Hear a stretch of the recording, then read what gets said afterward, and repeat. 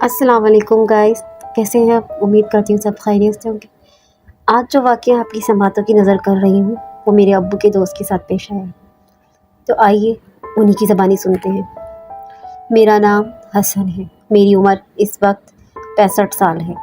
ہم جہاں رہتے تھے وہ کراچی کے مسافات میں واقع 80 یا 100 گز کے کوارٹر پر مشتمل ایک کالونی تھی، جس کے مغربی حصے میں ایئرپورٹ کا رن وے، سیکیورٹی پریس کا کئی کلومیٹر کا سنسان اور ویران علاقہ موجود تھا۔ کالونی کے چھوٹے چھوٹے گھر اور چھوٹی چھوٹی گلیاں تھیں، بہت کم تعداد میں، مگر وہاں کے لوگوں کے دل کشادہ تھے، اور وہاں جو لوگ آباد تھے ان کے دل گھروں سے بہت زیادہ بڑے تھے، جن میں زیادہ تعداد وہاں ہجرت کر کے آنے والوں کی تھی۔ 1970 کا زمانہ تھا، میری سیکیورٹی پریس میں نئی نئی نوکری لگی تھی۔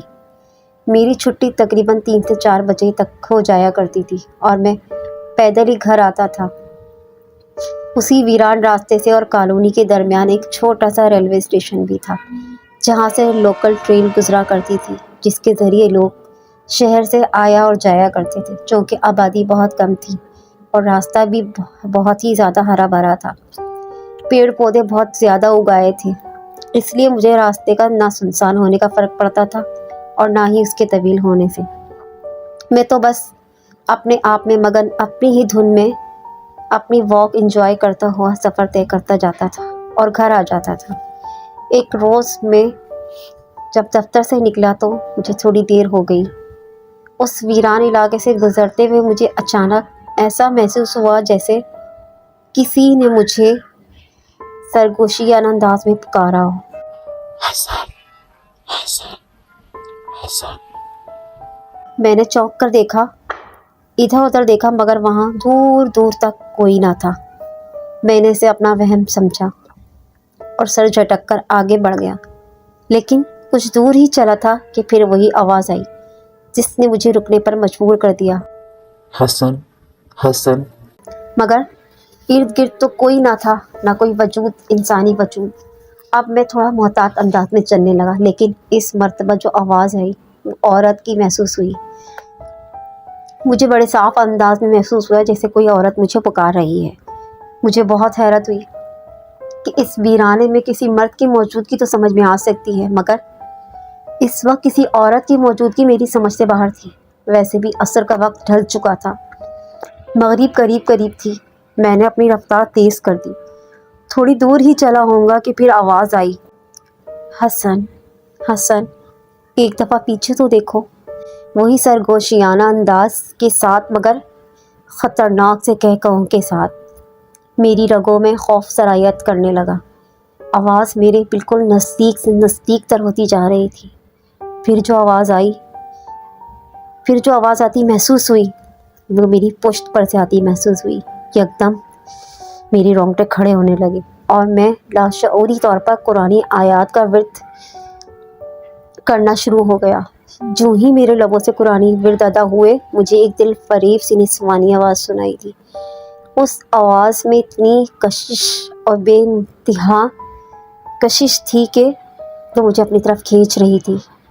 میرے دل میں آیا کہ حسن، ایک دفعہ پیچھے مڑ کے ضرور دیکھنا چاہیے کہ آخر دیکھوں تو صحیح کہ وہ ہے کون، مگر دماغ نے ایسا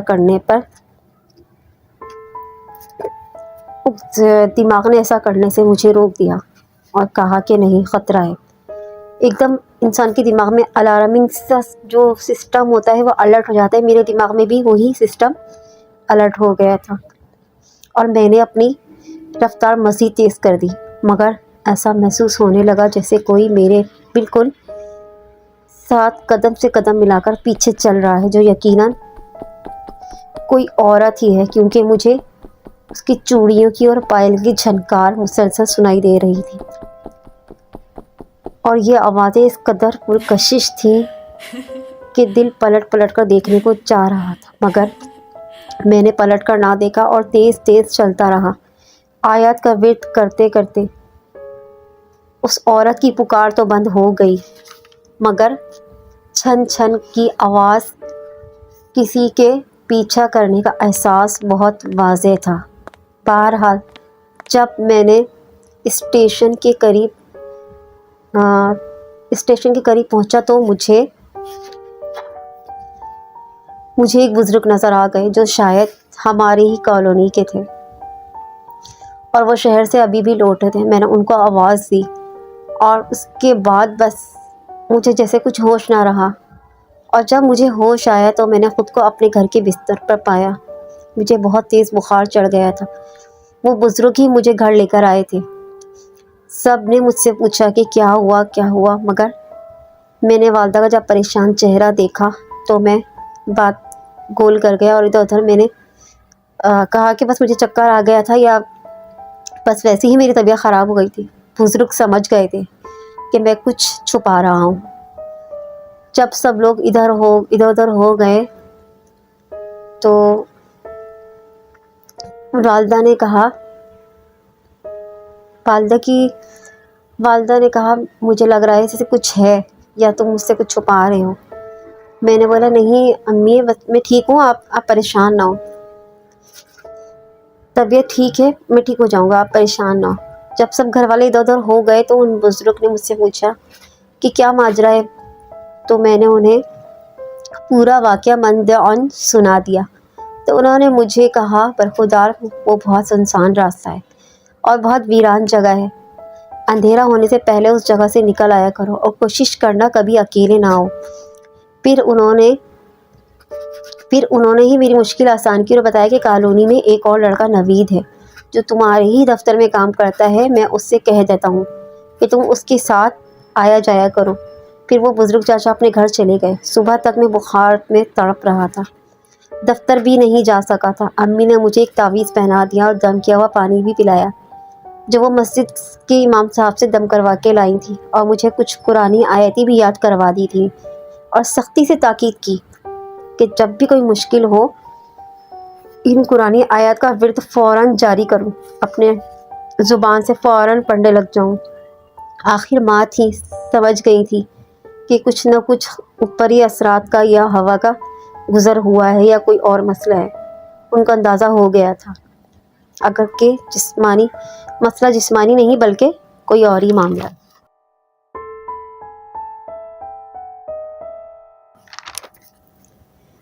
تیسرے دن ٹھیک ہو جانے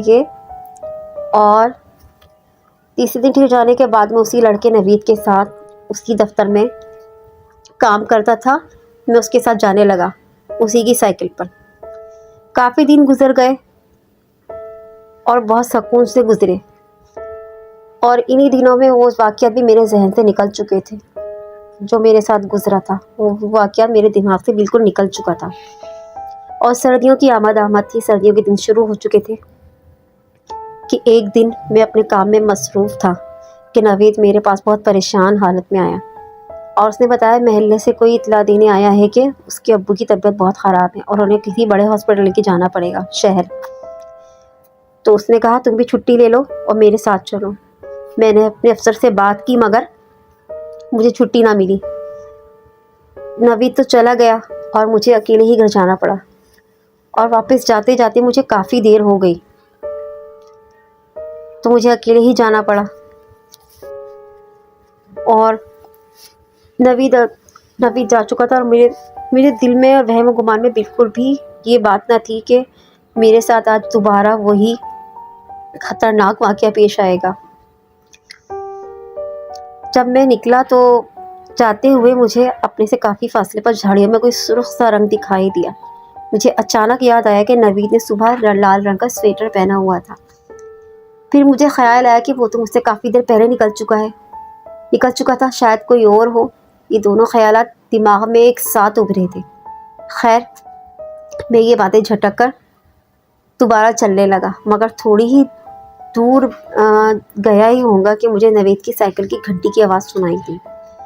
میں تیز قدموں سے چلنے لگا کہ دیکھوں کیا ماجرا ہے۔ یہاں میں یہ بات بھی بتاتا چلوں کہ ہماری کالونی کے گنتی کے چند گھروں میں ہی سائیکل تھی۔ نوید کی گھنٹی کی آواز سے میں بہت مانوس تھا۔ اب جو میں آگے بڑھا تو دیکھا سامنے کافی فاصلے پر جھاڑیوں کے پاس درخت کے نیچے نوید اوندھے منہ پڑا ہے۔ میں بھاگ کر اس کی طرف